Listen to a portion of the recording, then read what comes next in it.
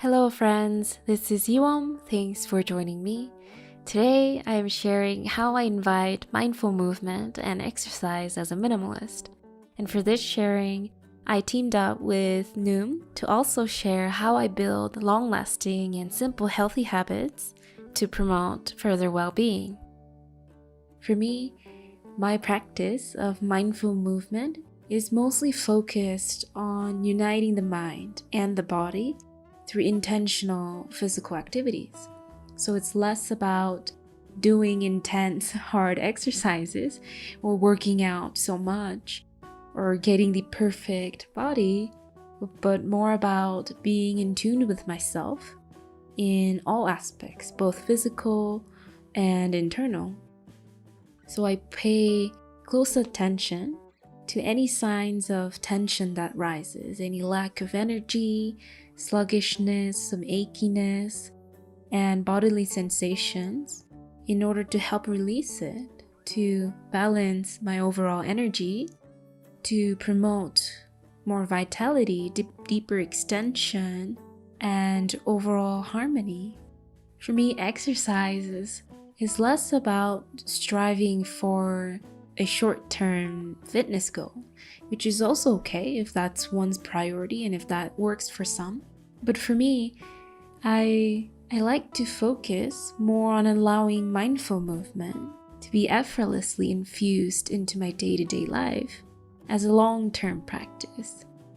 So there's no separation between the exercise part and the rest of my day, and all are just inclusive, all are working together to manifest incremental improvements through a more slow and gentle process.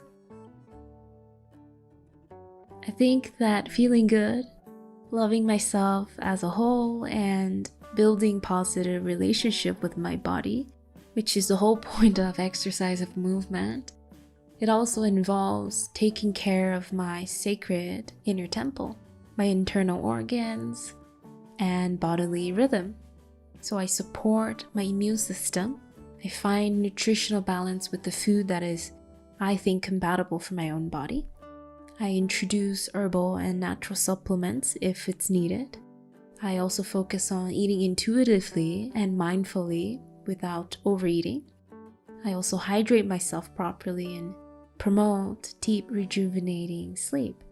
So I feel that all plays a significant role in manifesting well-being and assisting in the healing process. And this step-by-step approach of building habits that works for me is, I think, the true way to heal in a deeper sense, in a long-term and permanent way from the root, from the core. So what has helped me personally maintain a clean, plant-based diet that is mostly 80-20 raw. The resources that I've used so far to do the research and the learning includes consulting my traditional Chinese medicine doctor in the beginning of my transition, and also reading books like Dr. John McDougall's The Starch Solution, also Eat Feel Fresh for Ayurvedic cooking, written by Sahara Rose. And what else helped me also is How Not to Die by Dr. Michael Greger, and also my favorite, Medical Medium by Anthony Williams. And for specific raw vegan resources, I refer to Dr. Doug Graham. And it also helped me to watch documentaries and to keep track and clarify my needs through a vision board that addresses my health goals. And also utilizing personalized health programs and virtual coaching like Noom to reach some of my lifetime goals of drinking more water and exercising consistently, which wasn't available for me for many years. With Noom, I start with a free self-evaluation, and then I continue on to the survey to get to know myself, to get to know my habits and unique background. And from then, I simply check in about 5 to 10 minutes a day for learning materials and lessons, and to also chat within my group. And what I've noticed so far by having a reliable behavior psychology-based tracking system is that I am more motivated to fully utilize the meal reminders for mindful eating. I explore new recipes, as well as the pedometer for my daily NEAT. And I also receive emotional support from my wellness coach so as to not fall into the self-criticism, the guilt trap and shame during the transition, which I sometimes do. So if you wish to grow together with fellow practitioners and to fully embrace your path of well-being, feel free to click my link below to take Noom's free health evaluation. Also, feel free to let me know if you're experiencing any positive changes, adopting a new kind of lifestyle. What are some things that you are manifesting? Let me know in the comments below. Depending on my energy and my schedule, I also practice 90-minute yoga and some core strengthening in the morning. And I start with an affirmation of my intention of that day, as well as a chant. And then I give myself the option to choose between a more dynamic flow of Ashtanga or Vinyasa, or a more gentle, slow-paced sequence of Yin Yoga, or just simple stretching. For me, my practice is an extension and never the sole objective. And my main focus when it comes to yoga is to continuously learn how to deepen the breath and to also prep for my meditation, for a meditative state. So I practice for strong and grounded seated posture that I think becomes available through years of commitment. For me, I think it just feels gratifying and self-satisfying to see both the internal as well as the external progress without aiming for 100% for perfection. I think it feels good just being joyful about practicing, just showing up on the mat and holding the intention to want to practice, to want to develop my posture as much as I can, to want to care for my mind, my body, and soul through nourishment. And of course, I think it's also important that there's the added benefit of being able to tone my body and being able to build firmness, which I think is something that naturally comes without the need for force, without the need to obsess over or to be too attached to the material reward. I like to apply awareness when it comes to NEAT, like taking strolls, forest bathing, also moving productively around the home. I also like decluttering and organizing my surrounding and sneaking in some exercise, and also prioritizing standing and walking instead of relying too much on chairs, on using the car all the time. Instead of isolating movement in a timed, restrictive workout, which I think is also effective, but for me, I think it's more compatible to stay active in a consistent and sustainable way through low-intensity methods.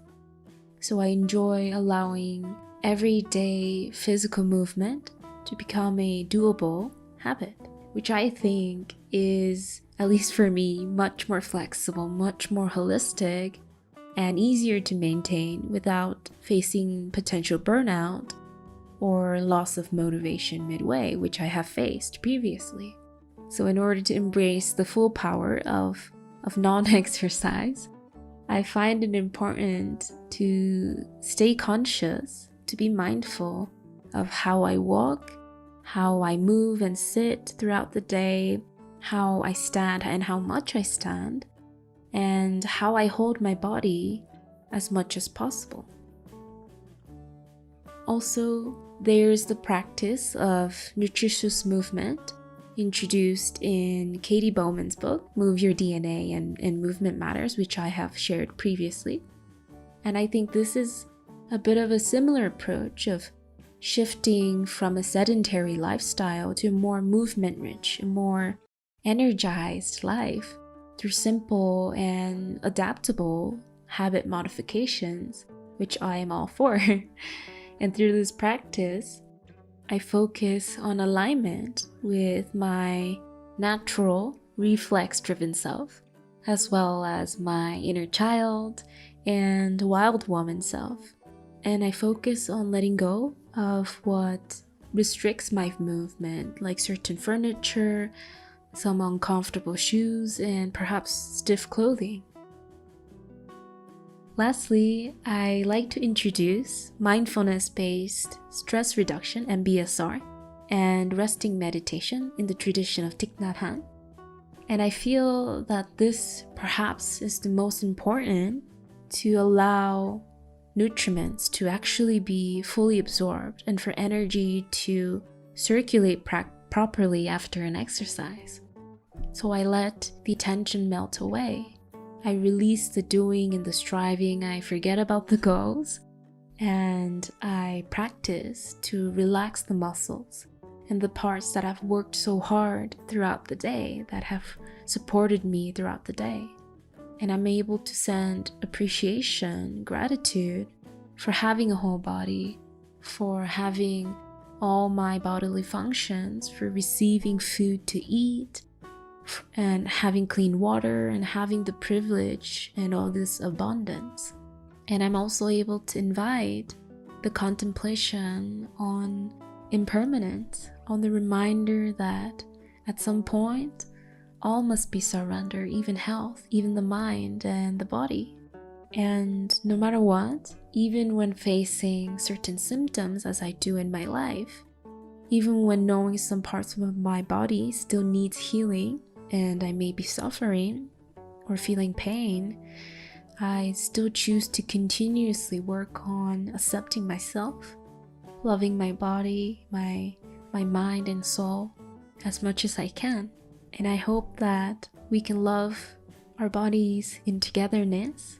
And I know that my approach is not the best for all, so I'm open to hearing your insights, your wisdom, your path, and your sharing. And if you enjoy this video, please like and subscribe to my channel. Thanks again for being here, my friends, and I hope to see you again soon.